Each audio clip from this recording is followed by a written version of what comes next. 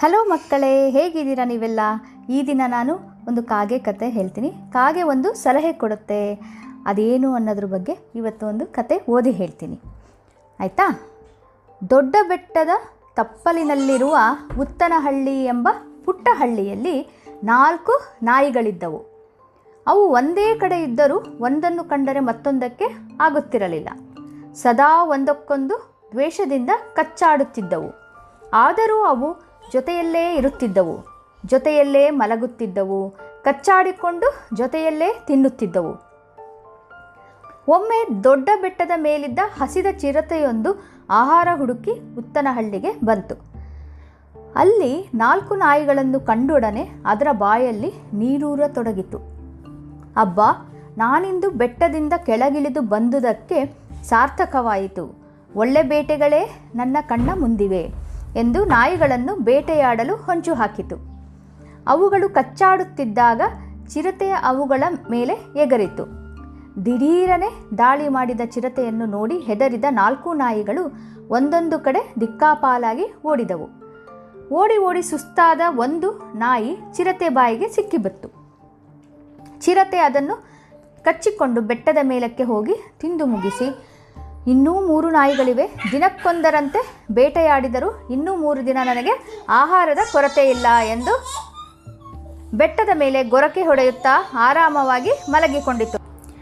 ಇತ್ತ ಚಿರತೆಗೆ ಹೆದರಿ ದಿಕ್ಕೆಟ್ಟು ಎತ್ತೆತ್ತಲೋ ಓಡಿ ಹೋಗಿದ್ದ 3 ನಾಯಿಗಳು ಒಂದು ಕಡೆ ಸೇರಿ ಚಿರತೆ ಬಾಯಿಗೆ ತುತ್ತಾದ ಇದುವರೆಗೆ ತಮ್ಮೊಡಗಿನಗಿದ್ದ ನಾಯಿಯ ಸಾವಿಗೆ ದುಃಖಿಸಿದವು.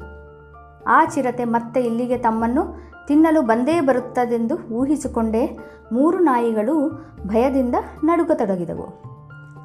ಹೆದರಿಕೆಯಿಂದ ಅವು ರಾತ್ರಿ ಇಡೀ ನಿದ್ರೆ ಮಾಡಲಿಲ್ಲ. ಬೆಳಗಾಗುತ್ತಾ ಇದ್ದಂತೆಯೇ ಅವು ಒಂದು ಮರದ ಕೆಳಗೆ ಸೇರಿಕೊಂಡು ಚಿರತೆಯಿಂದ ತಮ್ಮ ಜೀವವನ್ನು ಹೇಗೆ ಉಳಿಸುವುದು ಎಂಬುದರ ಬಗ್ಗೆ ಚಿಂತಿಸತೊಡಗಿದವು.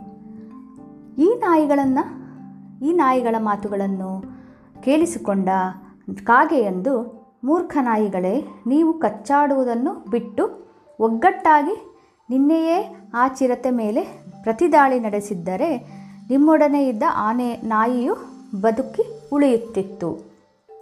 ಒಗ್ಗಟ್ಟಿಲ್ಲದೆ ನೀವೇ ಅದನ್ನು ಚಿರತೆ ಬಾಯಿಗೆ ತಳ್ಳಿದಿರಿ. ನೀವು 3 ಕಚ್ಚಾಡುವುದನ್ನು ಬಿಟ್ಟು ಇನ್ನಾದರೂ ಒಗ್ಗಟ್ಟಾಗಿ ಆ ಚಿರತೆಯನ್ನು ಎದುರಿಸಿ ನಿಮ್ಮ ಜೀವ ಉಳಿಸಿಕೊಳ್ಳಿ ಎಂದು ಸಲಹೆ ಹೇಳಿತು. ಕಾಗೆಯ ಮಾತು ಕೇಳಿ 3 ನಾಯಿಗಳಿಗೂ ಜ್ಞಾನೋದಯವಾಯಿತು. ಆ ನಾಯಿಗಳು ಚಿರತೆಯನ್ನು ಎದುರಿಸಲು ಸಿದ್ಧವಾಗುತ್ತಿದ್ದಂತೆ ಚಿರತೆ ಅವುಗಳ ಮೇಲೆ ದಾಳಿ ಮಾಡಿತು. ತಕ್ಷಣ 3 ನಾಯಿಗಳು ಒಂದಾಗಿ ಅದರ ಮೇಲೆ ಪ್ರತಿದಾಳಿ ನಡೆಸಿದವು. ಇದನ್ನು ನಿರೀಕ್ಷಿಸದೇ ಇರದ ಚಿರತೆ ತತ್ತರಿಸಿ ಹೋಯಿತು. ಒಂದೇ ಸಮನೆ 3 ನಾಯಿಗಳು ಚಿರತೆಯನ್ನು ಕಚ್ಚತೊಡಗಿದಾಗ ಸದ್ಯ ತನ್ನ ಪ್ರಾಣ ಉಳಿಸಿಕೊಂಡರೆ ಸಾಕೆಂದು ಚಿರತೆ ಭಯದಿಂದ ಬೆಟ್ಟದತ್ತ ಓಡಿತು. ತಮ್ಮ ಒಗ್ಗಟ್ಟಿನ ಶಕ್ತಿಗೆ ತಾವೇ ಮೆಚ್ಚಿಕೊಂಡ 3 ನಾಯಿಗಳು ಸಲಹೆ ಕೊಟ್ಟ ಕಾಗೆಗೆ ಕೃತಜ್ಞತೆ ಹೇಳಿದವು, ವಂದಿಸಿದವು. ಮಕ್ಕಳೇ, ಹೀಗೆ ಒಗ್ಗಟ್ಟಿದರೆ ಬಲ, ಅಂದರೆ ನಾವು ಒಂದು ಗೂಡಿದರೆ ಎಷ್ಟು ಬಲ ಇರುತ್ತದೆ, ಎಷ್ಟು ಶಕ್ತಿ ಇರುತ್ತದೆ ಎಂದು ಕೇಳಿದಿರಲ್ಲ. ಹೇಗೆ ಅನ್ನಿಸ್ತು ಈ ಕತೆ? ಖಂಡಿತ ನನಗೆ ತಿಳಿಸಿ. ನನ್ನ ಫೇಸ್ಬುಕ್ ಪೇಜ್ ಇದೆ, ಸ್ಟೋರಿ ಟೈಮ್ ವಿತ್ ನಳಿನಿ ಅಂತ. ಅಲ್ಲಿ ಖಂಡಿತ ನಿಮ್ಮ ಅನಿಸಿಕೆಗಳನ್ನು ಶೇರ್ ಮಾಡಿ. ನನಗೆ ತುಂಬ ಖುಷಿಯಾಗುತ್ತೆ ಮತ್ತು ತುಂಬ ಉಪಯೋಗ ಆಗುತ್ತೆ. ನೀವು ನಿಮ್ಮ ವ್ಯೂಸ್, ಅಂದರೆ ನಿಮಗೆ ಹೇಗೆ ಅನ್ನಿಸ್ತು ಅಂತ ಬರೆದ್ರೆ. ಸೊ ಮತ್ತೆ ನೋಡ್ತೀನಿ, ನಿಮಗೆ ಮತ್ತೆ ಇನ್ನೊಂದು ಕಥೆಯನ್ನು ತೆಗೆದುಕೊಂಡು ಬಂದು ಓದುತ್ತೀನಿ. ಅಲ್ಲಿಯ ತನಕ please take care and tata, bye bye.